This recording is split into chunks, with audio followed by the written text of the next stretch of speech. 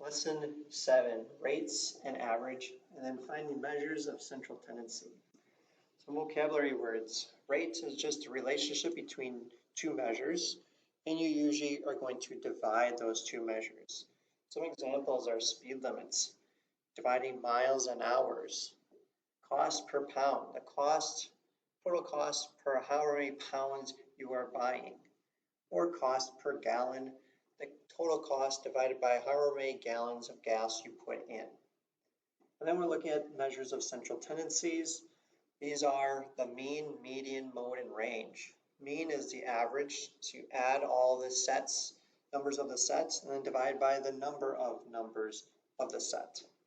The median is the middle number when you put the numbers in order from smallest to largest. Mode is the most frequently occurring number that happens in the set, and the range is the difference between the biggest and smallest number. So you subtract the biggest and smallest number. Let's look at some examples. Driving at an average of 55 miles per hour, about how far would the driver travel in 6 hours? If I think of the formula rate times time equals distance, my rate is 55 miles per hour. My time is 6 hours. That will give me my distance. So 55 times 6 will give me 330 miles as my distance. The next one, Heather finished the 100-kilometer bike race in 4 hours. What was her average speed in kilometers per hour? So I need my answer to be in kilometers per hour. She is traveling or biking 100 kilometers for 4 hours. 100 divided by 4 will give you 25, and my label is already there, kilometers per hour. The third example, traveling at an average rate of 58 miles per hour, about how long would it take the car to travel 20 miles? About means we're going to estimate. And to estimate, it makes it easier if we use some round numbers. So 58 rounded would be about 60 miles per hour.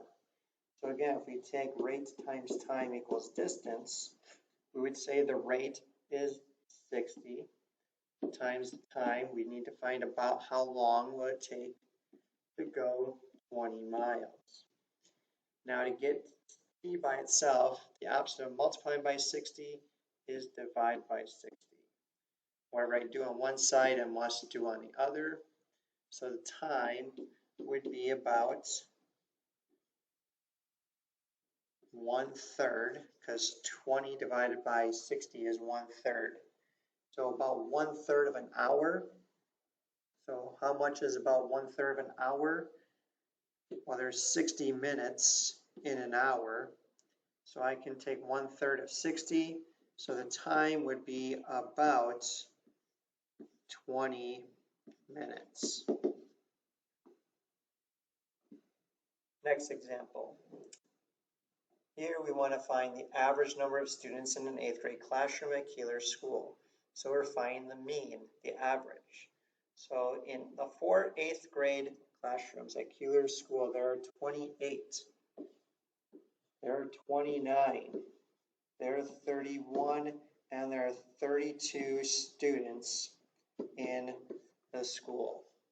We need to add them up. So 8 plus 2 is 10, 9 plus 1 is 10, so 10 plus 10 is 20. 2 plus 2 is 4, 4 plus 2 is 6, 6 plus 3 is 9, 9 plus 3 is 12. So we have a total of 120 students. The average number of students in an 8th grade classroom, we have 120 students divided by the 4 classrooms. That would give you an average of 30 students per classroom. Some other practice problems. Elbow ran 21 miles in 3 hours. What was her average speed in miles per hour? So rate times time equals distance. Ran 21 miles in 3 hours. What was the rate? To get R by itself, you divide by 3. rate equals 7 miles per hour. Next example. How far can Freddie drive in 8 hours at an average speed of 50 miles per hour? So 50 miles per hour for 8 hours will give us our distance. 50 times 8 is 400, so 400 miles would be our distance. And next problem. If a commuter train averages 62 miles per hour between stops that are 18 miles apart, about how many minutes does it take the train to travel the distance between the two stops? Again, they're saying about how many minutes. So we can round it. So round 62 to 60. So we have 60 miles per hour for T hours. We don't know that, but we know they're traveling 18 miles apart. Or the stops are about 18 miles apart. So we get T by itself, divide by 60. And so we would get a fraction of 18 over 60. But we're going to keep that there because we need to convert that to minutes. So right now that's our average time. There are 60 minutes in 1 hour, and we want our answer in minutes. So I can divide 60 and 60 to get 1. All I'm left with is the time is about 18 minutes. So it takes about 18 minutes for the train to travel that distance between the two stops. Next one, if the average number of students in 3 classrooms is 26 and 1 classroom has 23 students, then which of the following must be true? At least 1 classroom has fewer than 23, at least 1 classroom has more than 23 students and less than 26 students, at least 1 classroom has exactly 26 students, or at least 1 classroom has more than 26 students. Well, I know in order to get an average of 26, one of them has to be more than 26. So the last choice would be their best answer. Let's look at the next one. Below we show the prices of new homes sold in a certain neighborhood. Find the mean, median, and mode of the data. What measures should a researcher use to best represent the data? So I'm going to grab my calculator. So this will go a little bit quicker.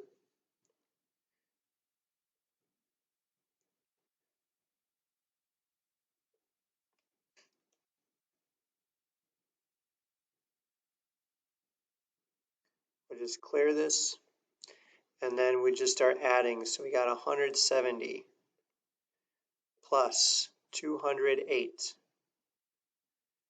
plus 185 plus 209 plus 181 plus 183 plus 191 plus 175 plus 175 plus 187 plus 195 plus 219. And that gives us a total of 2,278. From that point, we need to divide by the number of numbers we add them together. So there are 12 numbers there. And so we need to divide that by 12 to find our mean, our average.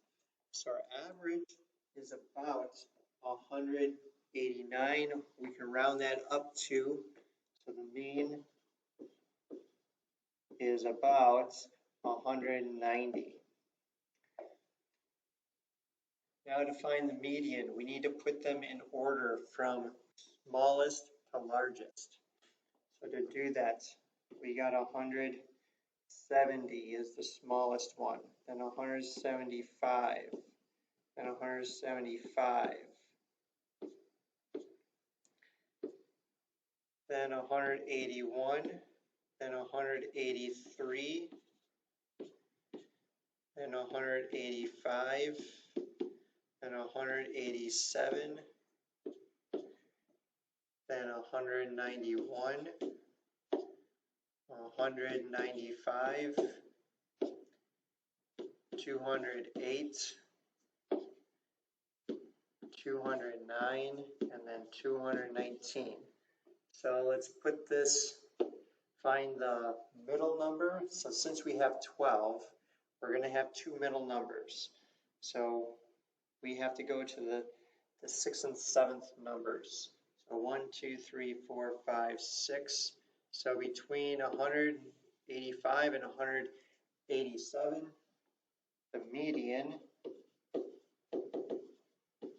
the middle number would have to be halfway between that, which would be 186. And then the mode, the one number that appears the most would be 175 because 175 appears the most. Now, which measure should a researcher use to best represent the data? So is it going to be the mean, the median, or the mode? Well, if you think about it, the mode is what most occurs the most. So we could think about that one. The mean is the average. So that's a good thing to report. What is the average price of home? Then we also have the median, the middle. But if you do the middle number, it could be a little bit off because that doesn't mean that's the average. So that could be a little bit misleading. But otherwise, we'd have to be between the mean and the median. So when we're trying to determine which measure would best represent the data, it all depends on what you're trying to look for. Mean would be the best average cost, but that could be kind of misleading because you could have some really, really expensive houses, and you can have some houses that aren't very expensive, and that could be a little bit misleading with it because then the average might be more than what it really should be. Median would be in the middle. That would be about the halfway point. So with the half of the homes would be about that cost. So we could say that the median would probably be the best predictor for a researcher. And let's do one last question. The heights of the 5 basketball players are 184 centimeters, 190 centimeters, 196 centimeters, and 198 centimeters, and 202 centimeters. What is the average height of the 5 players? Again, we'll just add up all the problems. So all the numbers, so 184, 190, 196, 198, and 202.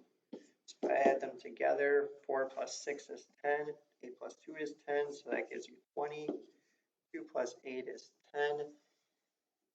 I have 3 9s, so that's 27. 27 plus 10 is 37. 3, 4, 5, 6, 7, 8, 9. So at 970 centimeters. So 970 centimeters divided by 5. 5 goes into 9 one time. 5 times 1 is 5. Subtract, you get 4. Bring down the 7. 5 goes into 47. 9 times 5 is 45. Subtract, you get 2. Bring down to 0. 5 goes into 20. 4 times 5 is 20. So we would say that the average height is 194 centimeters. If you have any questions on this lesson, please feel free to send me an email or put a post in Teams.